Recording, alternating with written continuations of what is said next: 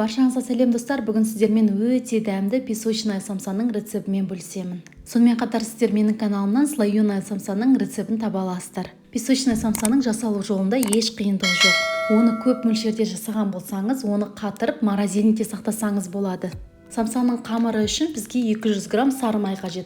Мен қолдың сары майын қолданамын. Егер дүкендікін қолданар болсаңыз, майлылығы 82,5%-дан жоғары болғаны абзал. 1,5 шай қасық тұз, 110 мл бөлме температурасындағы су, 1 дана ақуыз, 2 ас қасық майонез және 600-650 грамм ұн қажет. Алдымен бір ыдысқа 2 ас қасық майонез және 1 жұмыртқаның ақуызын саламыз. Сары майды алдын ала ертіп алып құямыз. 110 мл су және 1,5 шай қасық тұз қосып, барлығын жақсылап араластырамыз. Келесі кезекте осы сұйықтығымызға ұнды елеп отырып қосамыз. Оның барлығын бірақ қоспай, оның бір бөлігін қосып алып, оны лопаткамен жақсылап араластырамыз.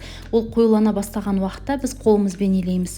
Оның сортына байланысты, оның көлемінде азды-көпті өзгерістер болуы мүмкін. Шамамен 600-650 граммдай ұн қажет.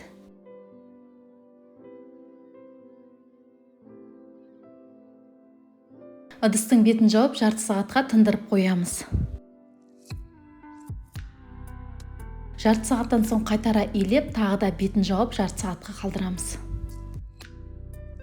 Келесі кезекте салмасын даярлаймыз. Салмасы үшін пиязды майдалап, 4 бұрышты етіп турап аламыз. Асқабақты да майдалап, 4 бұрышты етіп турап аламыз. Асқабақ болмаған жағдайда оның орнына картопты қолдансаңыздар болады. Самса үшін қойдың немесе сиырдың етін пайдаланған абзал. Міндетті түрде майлы ет болуы қажет. Майсыз ет болған жағдайда қойдың құйрық майын қолданыңыз.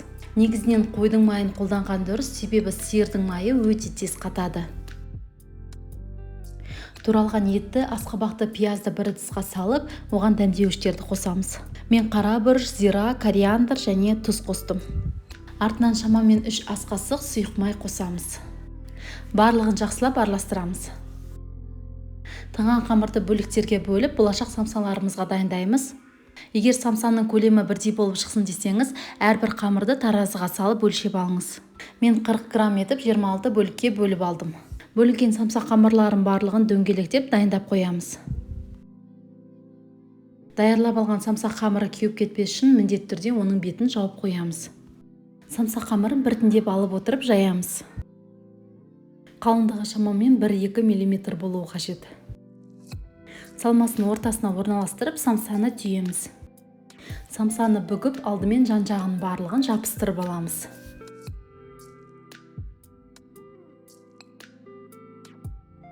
Келесі кезекте самсаның айналасын барлығын видеода көрсетілгендей етіп, саусағымызбен қатты басып отырып, бүгіп шығамыз.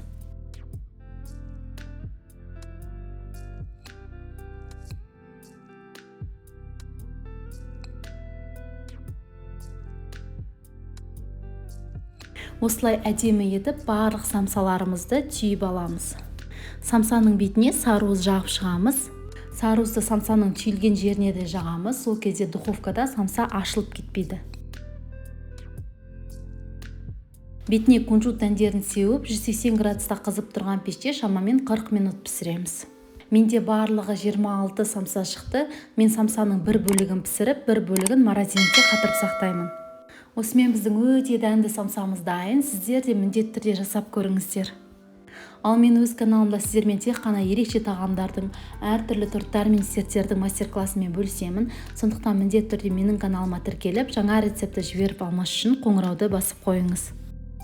Менімен бірге болып, менің каналымның дамуына үлесіңізді қосып жатқаныңыз үшін сізге алғыс айтқым келеді.